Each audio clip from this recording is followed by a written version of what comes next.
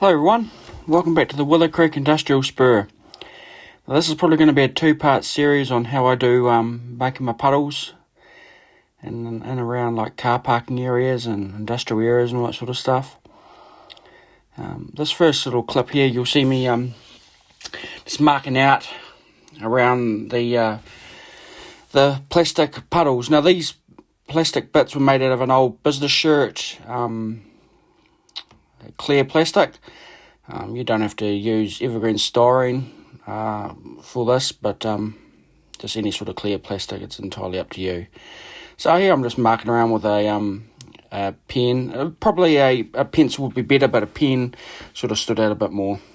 So make sure I put them to one side and get a sharp knife. Now if you're doing this for the first time, or you're not comfortable with using a sharp knife, get someone else to do it for you. I don't want to see anybody cutting their fingers off, etc, etc. So we're just digging into the cork here. Now this cork's 5mm thick, so it's pretty easy going with a good sharp knife. So I'll just cut around the line that we've traced there. So give that a bit of a cut up there.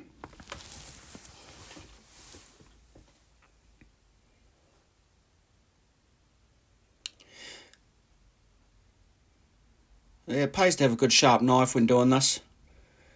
I'll go into the large one here. So you sort of want to keep your puddles natural looking. Sort of tends to add to the illusion of the model. Look, I'm no professional model maker by any stretch of the imagination, but you know, hopefully that everybody will be able to give this a go and see actually how easy it is. You can carve this into foam as well, I'd imagine. Your little holes for your puddles. Now you just see me just slicing it in the centre there. It makes it a lot easier to dig out. And I've got a little flat-headed screwdriver. I'm just prising that bit out, so it just comes out quite easy. So yeah, just dig it out to you. I mean, you don't have to be too fancy. Just get the cork out of there.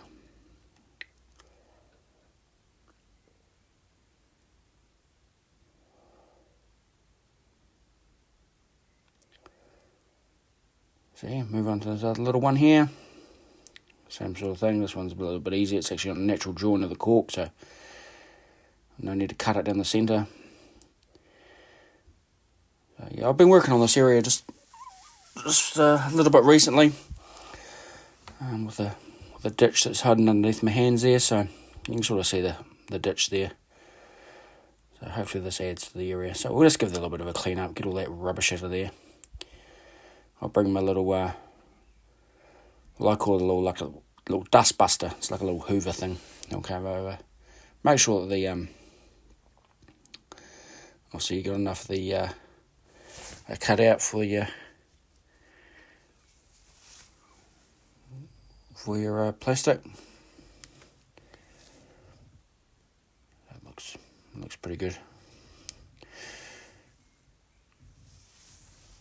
Just move that to one side, get those out of the road. And we'll just give it a little bit of a clean up with our little vacuum. Rightio, we'll come back in with just the cheap and cheerful black and brown acrylic paint. Now, I tend to go with the black first in the bottom, and it adds sort of the shadows. You want to get all the cork or the base layer, whatever you're using, foam, pink foam, whatever foam you're going to be using, covered with the black stuff, the black acrylic I'm meaning, and so you'll see me just painting all that on there. Giving it a good layering, and around the edges too. Just make sure it's all completely covered, because once this styrene's glued in, you can't really come back and sort it out. So black first. There's a little bit of brown mixed in there. I'm pretty sure I mixed a little bit of brown in there as well. So I'll move on to the smaller one. Yeah, you can definitely see some brown in that. So it's making it look all muddy and dirty puddles and things like that. And when you're doing this sort of technique, you just got to make, just keep in mind where the vehicles are going to be turning in bits and pieces, and the size of your puddles. Like you don't want swimming pools, so, but you know, at the end of the day, it is a puddle. Rightio, here's a little tip for you. I get the styrene that I'm using for my puddle. I'll just call it the puddle styrene. And we'll put on some just ordinary green masking tape.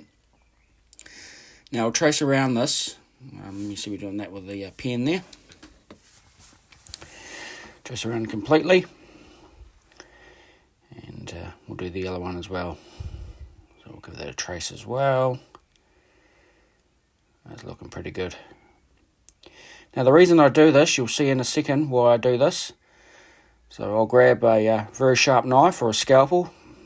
Scalpel's got a blunt blade, so I'll be using this knife. So you want to come in a couple of mil, and then sort of roughly cut inside the line, like 2 mil from the outer edge there, or close enough to 2 mil. So you just come around. Once again, sharp knife helps. If you're doing this for the first time, please be careful. So we'll do that, and then we flick our little knife underneath. We made a mask. Not a mast, a mask. So we'll peel that up, and we'll put it on get our little plastic puddle.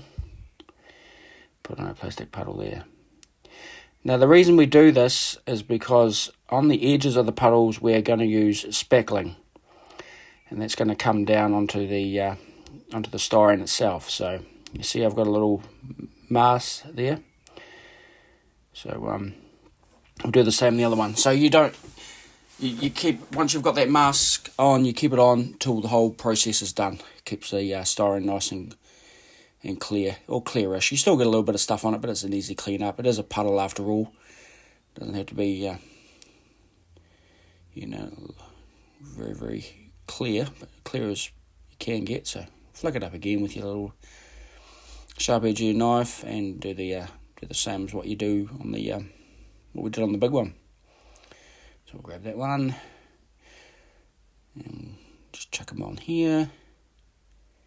Pretty basic sort of mask. There we go. We've got 2 of those done. You can sort of see the outline there. You can still see the clear bit. Alright, here's a little tip for you.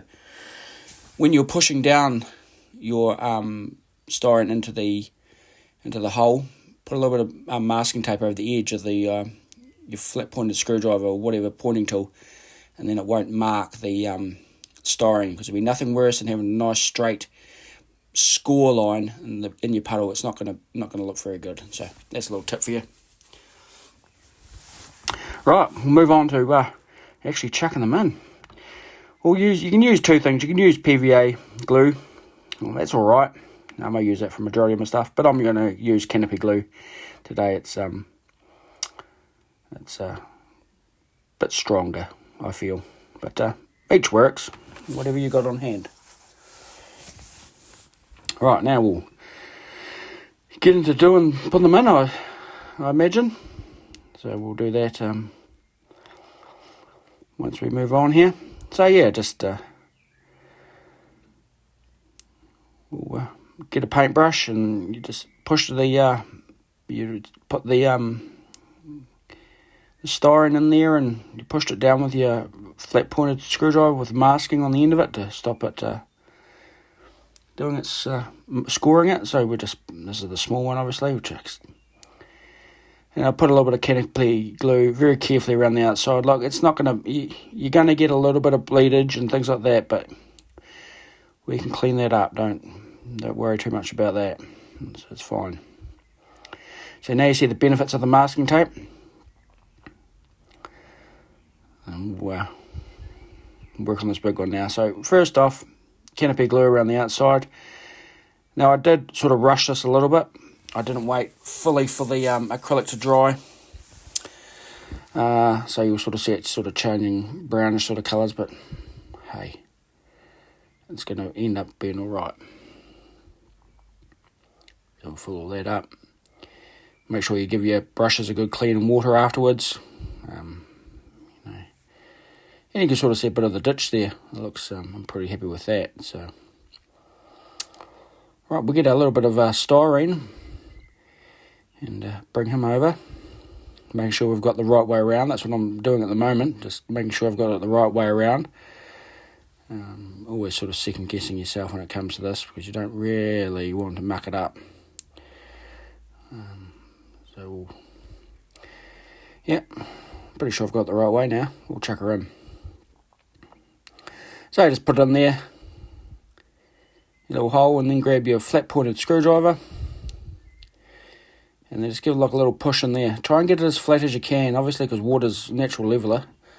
But hey, in this scale, you're not really going to notice if it's a little bit of an angle. So just push it down nicely and gently in there. Once that's done, we'll come back with a canopy glue again, and we'll go around the outside. So here we go. Chuck a little bit of stuff around the outside, just nice and carefully, like we did on the first one there on the left hand side. So we'll just chuck a little bit in there, and just sort of like let it seep down into the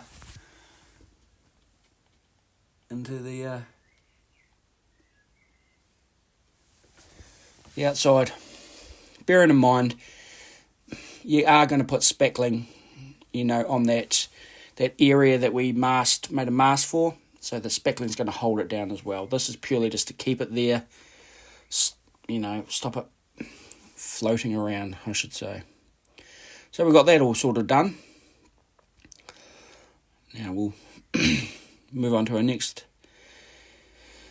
bit, but it's quite a good process. Like I've noticed another modeler doing it, and I sort of like adapted it to myself. So, like I said, this is going to be a two-part series, so we'll keep this nice and short. We'll chuck some speckling on it when it dries out a bit, around the outside there, like I've just been saying. And we'll probably do that tomorrow. Let this dry off. But thanks for watching.